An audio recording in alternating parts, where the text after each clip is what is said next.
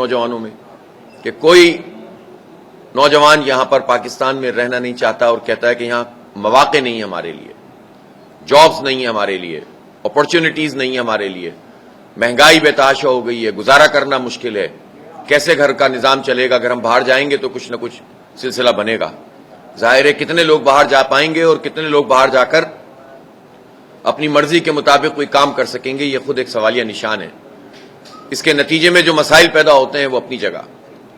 ابھی تازہ واردات یہ کی ہے اسحاق ڈار صاحب وزیر خزانہ صاحب نے کہ جاتے جاتے ایک اور پیٹرول بم پھینک گئے اور انہوں نے فرمایا کہ یہ تو ہم نے بہت کم اضافہ کیا ہے، ہماری مجبوری ہے، اس سے زیادہ اضافہ ہونا چاہیے، اس لیے کہ عالمی مارکیٹ میں پیٹرول کی قیمتیں بڑھ گئی ہیں۔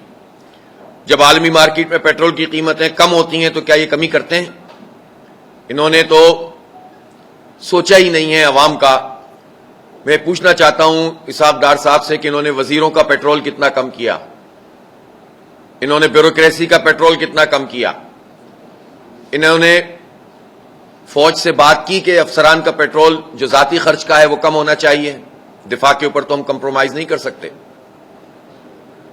انہوں نے جتنے سرکاری افسران ہیں ان کو جو پیٹرول فری ملتا ہے اور بڑی بڑی گاڑیاں ملتی ہیں، میں پوچھنا چاہتا ہوں یہ جو ڈی سیز، یہ جو اے سیز، یہ جو کمشنرز، یہ جو سیکرٹریز، ان کے پاس جو گاڑیاں ہیں، جو بڑی بڑی انہوں نے جو ہے وہ سی سی کی گاڑیاں رکھی ہوئی ہیں، یہ کوئی 3 کلومیٹر پر لیٹر ہے، کوئی 2، کوئی 4، کوئی 5 کلومیٹر پر لیٹر، تو ان کا ایک سڑک پر چلنا ہمیں 300 روپے کا پڑتا ہے، ایک جگہ سے دوسری جگہ 3 کلومیٹر آگے چلے جائیں۔ یہ ہیں ہماری بیوروکریسی کے لوگ، یہ ہیں ہمارے افسران۔ اگر آپ ان سب کی کیلکولیشن کر لیں، جو صرف سرکاری افسران اور بیوروکریسی اور وزراء اور جو بھی ان سے متعلق لوگ ہیں اور ان کی گاڑیوں کو دیکھ لیں، تو آپ سینکڑوں ارب روپے آپ بچا سکتے ہیں، سینکڑوں ارب روپے کی امپورٹ بچا سکتے ہیں ہم۔ ہماری کنزمپشن کم ہو جائے گی۔ یہ جو کہتے ہیں نا کہ ہمیں امپورٹ کرنی پڑتی ہے، تو امپورٹ کے اوپر ہمیں بل دینا پڑتا ہے نا، یہ کون بھگتتا ہے؟ ان کی عیاشیاں ہم بھگتتے ہیں۔ تو عوام کے لیے تو پیٹرول بڑھا دیتے ہیں، ان کو تو فری پڑتا ہے، ہماری جیب پہ ڈاکہ مار کر جو ہے اپنا پیٹرول لیتے ہیں اور پھر اس کے اوپر ٹیکس بھی لگاتے ہیں۔ ابھی بجلی کا بم انہوں نے گرایا تھا، اور آپ کو معلوم ہے کہ یہ جو 15 اگست کے بعد سے جو بلنگ شروع ہوگی تو پہلے ہی بدترین حالات ہیں، 50 روپے سے بھی زائد جا کر یونٹ پڑ رہا ہے، اور پچھلا بھی 15 دن کا لگا کر جب یہ دیں گے تو عوام کیا کریں گے؟ بجلی کا بل بھریں، موٹر سائیکل چلائیں، کرایوں میں 20 روپے اضافہ ہو جاتا ہے، کوئی پوچھنے والا نہیں ہے، اپنی عیاشیاں ختم نہیں کر رہے۔ اور باتیں ان کی سنو کہ یہ کہتے ہیں کہ ہم نے یہ اضافہ قوم کے مفاد میں کیا ہے۔ اسحاق ڈار صاحب، آپ قوم کے مفاد میں نہیں، جاگیرداروں کے مفاد میں کام کرتے ہیں، آپ وڈیروں کے مفاد میں کام کرتے ہیں، آپ اس طبقے کے لیے کام کرتے ہیں جو ہمیں لوٹ رہا ہے۔ اگر آپ کو قوم کا کوئی درد ہوتا اور قوم کا مفاد عزیز ہوتا تو آپ یہ پیٹرول کی قیمت نہیں بڑھاتے، اپنی عیاشیاں کم کرتے ہیں۔ ان کو قوم سے کیا غرض ہے؟ میں پوچھنا چاہتا ہوں اسحاق ڈار صاحب کا کاروبار کہاں ہے؟ ان کے اپنے بچے تو دبئی میں کام کر رہے ہیں، یہاں سے بناتے ہو، یہاں سے کھاتے ہو، یہاں سے ڈیولپ کرتے ہو اور یہ پیسے لے جا کر باہر انویسٹ کر دیتے ہو۔ تمہارے بچے تو سچ چل رہے ہیں، قوم کے بچوں کا کیا ہوگا؟ اور یہ ایک اسحاق ڈار نہیں ہے، اسحاق ڈاروں کی ایک لائن لگی ہوئی ہے ادھر اور ادھر سب جگہ، جو ہم پر مسلط ہے اور مزید مسلط ہونا چاہتے ہیں۔ ہمارے لیے ان کے پاس کوئی رعایت نہیں ہے، اپنی عیاشیوں کے اوپر یہ نہیں دیکھیں گے۔ اس لیے ہمارا یہ مطالبہ ہے کہ پیٹرول کی قیمت کم کی جائے، بجلی کی قیمت کم کی جائے، اور لوگوں کو کچھ تو ریلیف فراہم کرو۔ جب سے پی ڈی پی بیڑا غرق کر دیا، ہمارا تباہ کر کے رکھ دیا، بڑے عوام کے مفاد میں آئے تھے یہ، اور انہوں نے کس ایجنڈے کو پورا کیا ہے کچھ سمجھ میں نہیں آتا۔ یہ ملک دوست ایجنڈا تو نہیں ہو سکتا، عوام کو تباہ کرنا، یہ ملک دشمن ایجنڈا ہے۔ معیشت کو تباہ کرو، عوام کے اوپر بوجھ ڈالو، اچھی اچھی باتیں کرنے کے لیے ٹی وی پہ آ جاتے ہیں اور لوگوں کو بیوقوف بنانے کی کوشش کرتے ہیں۔ کل وزیر اعظم صاحب نے یہ فرمایا کہ نئی مردم شماری پر الیکشن ہوگا۔ یہ بیان ان کا اس لحاظ سے تو ٹھیک لگتا ہے کہ جب یہ مردم شماری کی ایکسرسائز ہوئی ہے تو نئی مردم شماری پہ ہی ہونا چاہیے، اب ان کو پیچھے نہیں ہٹنا چاہیے. لیکن نئی مردم شماری کون سی؟ وہ جعلی مردم شماری جو فیڈرل گورنمنٹ اور سندھ گورنمنٹ کے وڈیروں کے ماتحت ہوئی ہے، ان کے ڈی سیز ایسیز کے ماتحت ہو کر انہوں نے کراچی کی گنتی کم کی ہے، ہماری نمائندگی سے ہمیں محروم کیا ہے، یا وہ مردم شماری جو جینون مردم شماری ہے. میں حیران ہوں کہ پچھلے چند دن میں ایم کیو ایم نے 50 لاکھ کی گنتی تو ویسے ہی کم کر دی. پہلے وہ 4 کروڑ اور 3.5 کروڑ کہتے تھے، اب انہوں نے کہا ہے کہ 3 کروڑ سے کم نہیں ہونی چاہیے. ہم کوئی ہواؤں میں بات نہیں کرتے، میں ان بنیادوں پر بات کر رہا ہوں کہ ہماری گنتی کسی بھی صورت میں 3.5 کروڑ سے کم نہیں ہے، جس میں بجلی کے میٹرز اور پر ہاؤس ہولڈ جو اس کا استعمال ہے اس کا ریشو ہے، اس پر بات کر رہا ہوں. گیس کے میٹرز کتنے لوگوں کے لیے 1 میٹر ہوتا ہے، اس کا ایک ریشو ہے، اس پر بات کر رہا ہوں. ڈیموگرافرز کی رپورٹ پہ بات کر رہا ہوں. ہم اگر ورکنگ کر کے لوگ بتا رہے ہیں کہ 3.5 کروڑ ہیں تو ہم کوئی ایسی باتیں نہیں کر رہے ہیں ہوائی. اس کے پیچھے ایک ریسرچ موجود ہے، مختلف ادارے ہیں، پاکستانی بھی، بین الاقوامی بھی، امریکی بھی، تھنک ٹینکس ہیں، ان کی رپورٹس ہیں. ہم نے یہ سب چیزیں جو جمع کی ہوئی ہیں، بیان کی ہیں، سوشل میڈیا سے لوگوں کو بتائی ہیں کہ کسی بھی صورت میں کراچی کی آبادی 3.5 کروڑ سے کم نہیں ہے. اب جو کچھ بھی سازش ہو رہی ہے، ایک سازش یہ بھی ہو رہی ہے کہ ابھی جو انہوں نے نتیجہ ظاہر نہیں کر رہے، تو جب انہیں ظاہر کرنا پڑے تو یہ کچھ 10-20 لاکھ کا اضافہ کر دیں اور کہیں کہ دیکھو یہ تو 1 کروڑ 91 لاکھ تھی، ہم نے اس طرح سے اضافہ کر دیا. اور جو حکومتی پارٹیاں ہیں جو کراچی کی سوداگری کرتی ہیں وہ اس پہ بغلے بجائیں گے کہ دیکھو ہم نے اتنا اضافہ کروا دیا. کسی بھی صورت میں 3.5 کروڑ سے کم ہماری گنتی نہیں ہے. ہمیں اس بات کا جواب دے Pakistan bureau of statistics, federal government اور صوبائی حکومت، کہ جب آپ نے خود کہا کہ 38,000 ہائی رائز بلڈنگ ہیں، میں باقی کی بات ہی نہیں کرتا، ابھی ہائی رائز بلڈنگ میں انہوں نے اپنی رپورٹ میں کہا کہ ان میں چند فلور کور ہوئے ہیں، اکثر ہائی رائز بلڈنگ میں کاؤنٹنگ نہیں ہوئی. جب انہوں نے یہ بات کہی اس کے بعد سے لے کر آج تک کی تاریخ میں جو انہوں نے اناؤنس کیا تھا اس میں محض 10 لاکھ آبادی کا اضافہ کیا گیا. اس کا مطلب کیا ہوا؟ اس کا مطلب یہ ہوا کہ انومریٹرز جو کام کر رہے تھے، یہ سارے کے سارے لوگوں نے مل کر ایک مہینے میں 38,000 بلڈنگ میں سے صرف ایک گھر ہی کور کیا ایک دن میں. تو اس کا تو مطلب ہے کہ یہ عمل ہوا ہی نہیں.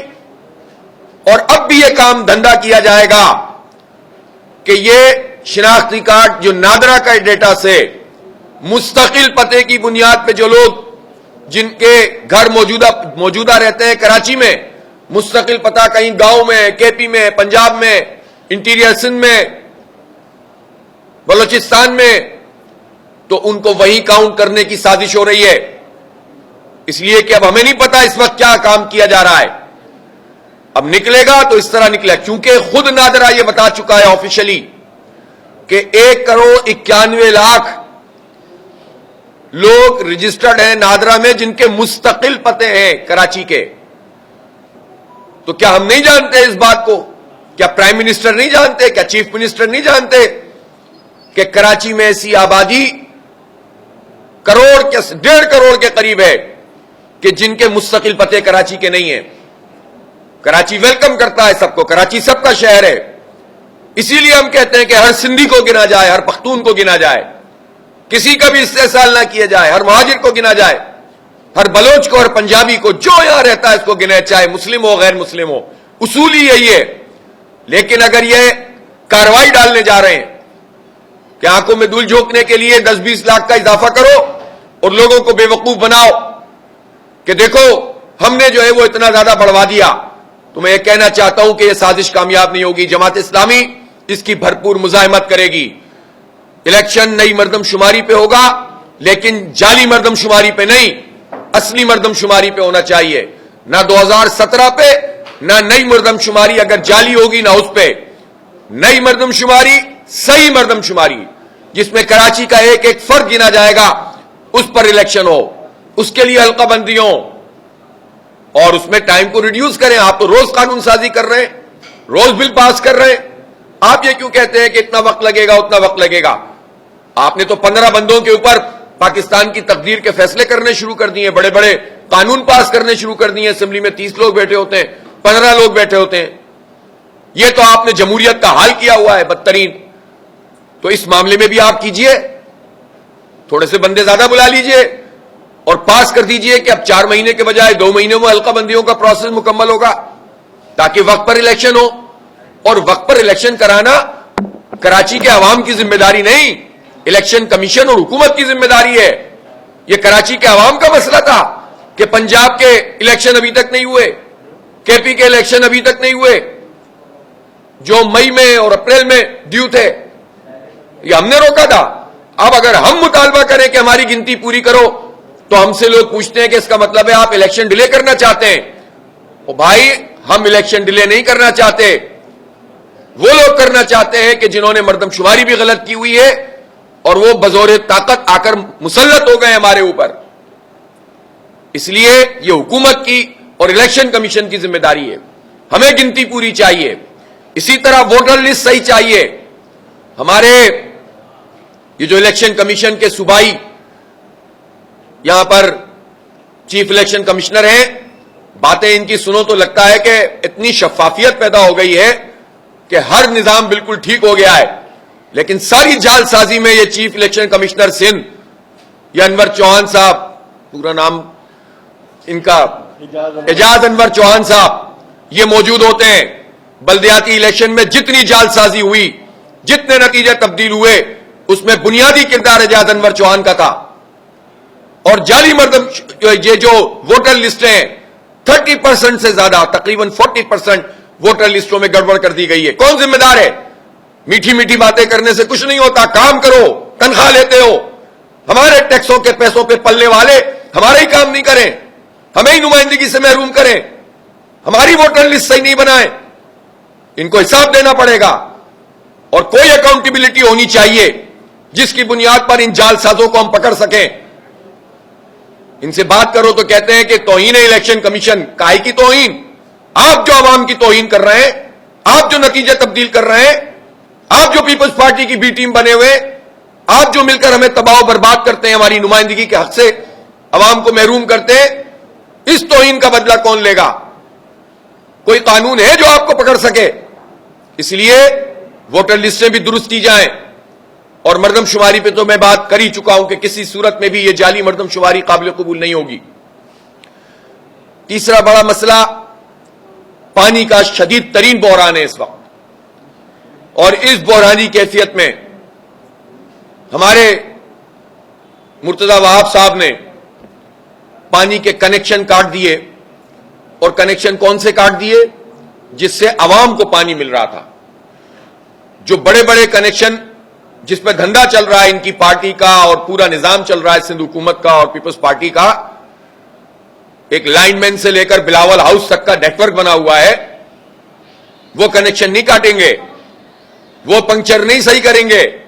خود کہتے ہیں کہ 200 کے قریب پنکچر ہیں, 150 کے قریب پنکچر ہیں, کبھی کچھ, اور ہم جو ہیں وہ ٹھیک کرنا چاہتے ہیں 1300 کے قریب پنکچر ہیں. مختلف وزیر مختلف بیان دیتے ہیں. یہ پنکچر کس نے لگائے ہیں؟ یہ پنکچر شاپ کس نے 15 سال سے لگائی ہوئی ہے؟ یہ کنڈا کس نے لگایا ہوا ہے؟ آپ کی حکومت ہے اور آپ ہی کہہ رہے ہوتے ہیں پنکچر لگے ہوئے. پہلے سوال کا جواب تو یہ دیجئے کہ آپ کو کس نے یہ حق دیا ہے